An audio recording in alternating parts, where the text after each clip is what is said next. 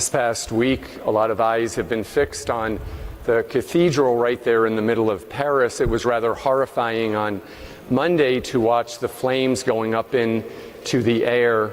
But it's pretty remarkable that that structure has been there for 850 years when it was started. It's a structure that has seen wars. It is a church that has certainly suffered over time. During the French Revolution, 28 of the statues of kings were beheaded in protest by the people. But it's also rather fascinating to note that when that particular building was put together, you probably heard this on the news, that it took 13,000 trees, oak trees, to be able to make that roof. In today's day and age, I don't think the environmentalists would be very happy with that, because that is 52 acres of trees. It'll be very interesting to see how that cathedral and that beautiful church is rebuilt. How will they do it? It will take years. Will the funding come up? I think it seems as though after the first day, quite a bit of funding was already put forward.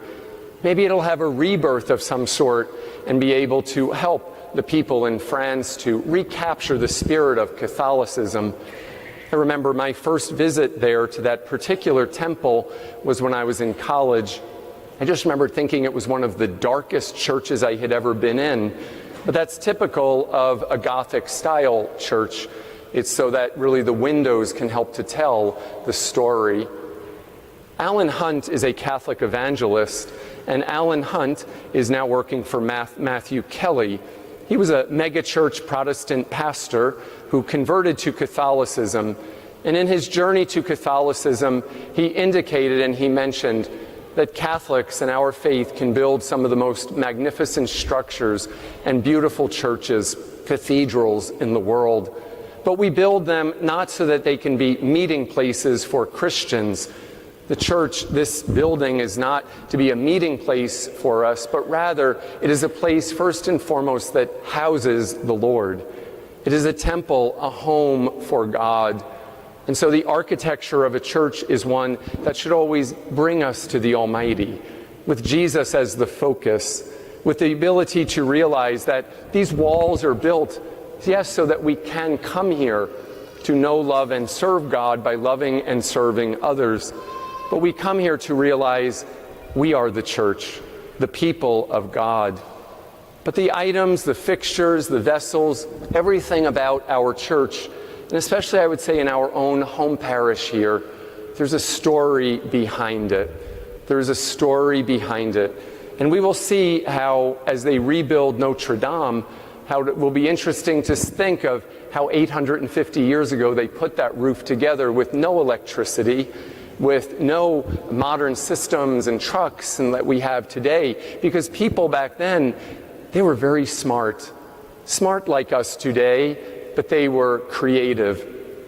When this particular church had some work done a little over a year ago, I was kind of fascinated by the manner in which this altar was put together. This altar is made of marble, it's solid, and the top of it is about 6-7 inches thick. It weighs about 3,000 pounds. So if you can think about your own parish church, the weight of that altar, the top of that altar holds Jesus. The top of this altar is where Christ comes alive to each one of us. When the top of the altar was placed here on the base, it was pretty ingenious how they did it, because they knew that the pastor was very picky, and they knew that they wanted to make sure that this particular altar was going to go on straight and centered, because otherwise, folks, it would drive me crazy. And I think you know me pretty well by this point. So what they did is it was brought out on a manual hoist, a pulley system, brought through the gate, put on with these canvas straps, rolled out inch by inch, very, very slowly. And when it was placed here on this base, first they put ice cubes on the base. So think about this, with all of the technology we have today, they put ice cubes all over the top of the base, and then they lowered the altar. And as the ice cubes melted, they made sure that that altar was put on straight and proper. And I will tell you that it was a lot of work and a patient moment there when this particular altar was put together. The mensa is the top, and that is really, again, which is anointed with the sacred oil by the bishop, because something special happens here. I want you to note here in our altar, maybe you've never taken a chance to look at the guide that we have of our particular church, but there's a ring around the altar that's here in the floor, and around this ring there are 8 crosses. And you might wonder, well, why are there 8? 7 seems to be a much more biblical or churchy number. There's 8 crosses here because it represents the days, 8 days between Palm Sunday and Easter Sunday. My friends, where else should the altar, where the sacrifice of the Mass is done, where else should it be placed but right in the middle of that circle? Right in the middle, because it was that night, right in the middle of those 8 days, that Jesus gave us his body and he gave us his blood. Perhaps you've never noticed, but in many altars that adorn churches in the world, there's a custom, and you would not see it, but I'm hoping that maybe we can zoom in on one of the crosses that you'll see. Up here on the top of the altar, there are 5 crosses engraved in the altar, 5 of them. And they're the same crosses that are similar to the ones that are used here on the floor, because your pastor also likes consistency. So if you look here, you can see one of the crosses engraved very beautifully. It's handcrafted in there. And you may say, well, why are there 5? How come there's not 3? Because that's the Trinity.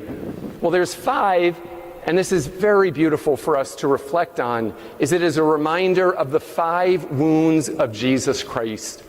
If you look at the crucifix, you see he had nails through his hands and his feet, 1, 2, 3, 4, and a spear in his side. You see, Jesus was crucified and sacrificed himself on that cross for me and for you. And so we are reminded of those wounds that Christ gave for us. And he gave selflessly as he hung on that cross. Before he did that, though, he made sure he left us a reminder of himself, and that was his body and his blood. As tonight we celebrate the beautiful gift of the Eucharist, it is our chance to think of how is it that we approach the Eucharist? How is it that we ourselves have that relationship of realizing the sacrifice God made for us? That even though you may come to Mass and maybe the preaching isn't what you expected, or maybe you go to a church somewhere else because it would never happen here, but you didn't like the music, or maybe you were going somewhere and someone around you was disturbing you, or you were distracted by the clothes they were wearing. You're like, oh, I didn't get anything out of that Mass. Guess what? If you don't get anything out of that Mass, Jesus is still present there. Jesus still comes to us through bread and wine, blessed and consecrated, with the hands of the priest, the beautiful faith of the people, the gift of the Holy Spirit coming upon us, that we may be able to partake in that sacrifice, that suffering of Christ, with the 5 wounds that we ourselves can place our own woundedness, our own suffering there on top of the altar. We come here together as a family. We come here as sons and daughters of our God. He has called us here. My friends, it is not by accident that you are here tonight. It is not by accident that God called you to be here at Annunciation, to worship in a faithful basis. It is by God's design. It is our God who calls each one of us tonight to receive the sacrament of great love, and then to make sure we extend great love in return. You see, tonight is a night for us to very much concentrate and realize, what are we called to do as Catholic Christians? How is it that we can find God and spread his word? It starts in the reception of the beauty of the sacraments, especially the Eucharist. It starts when we take that opportunity to discover beauty in the world, to realize that when God created all creatures and all imagination and all souls, he did it in a way that was of his incredible design. It was a way in which he did it so that it would have purpose and meaning. That is what beauty is. It is not just aesthetic beauty.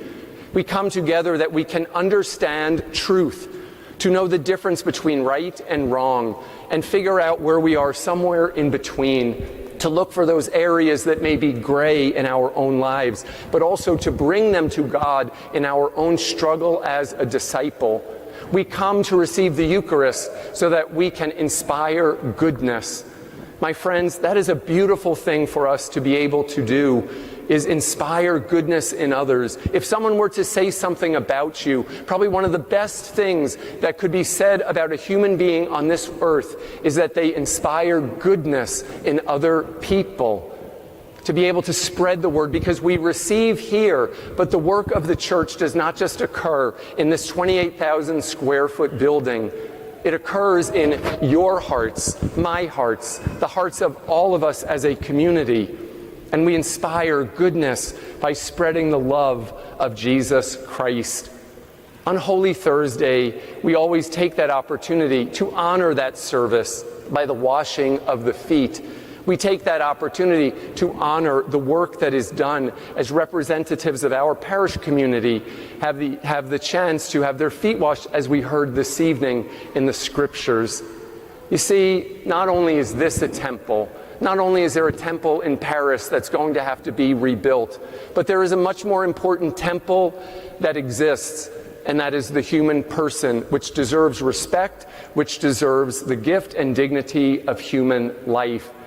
Tonight, how is your temple? Is your temple burning up in flames, perhaps with love for our God? Is your temple perhaps in a place that has some broken windows, or maybe it's not quite working right? And I'm not talking about an illness. What I'm talking about is spiritually. Jesus Christ in the Eucharist can heal us and can bring us to a beautiful place where He wants us to be. My friends, more beautiful than a cathedral in Paris, more beautiful than a church in Altamont Springs, is your heart. Tonight, how do you receive the Eucharist? What is on your heart? And how is Jesus asking your heart to be molded into His own sacred heart and that of the Immaculate Heart of the Blessed Mother?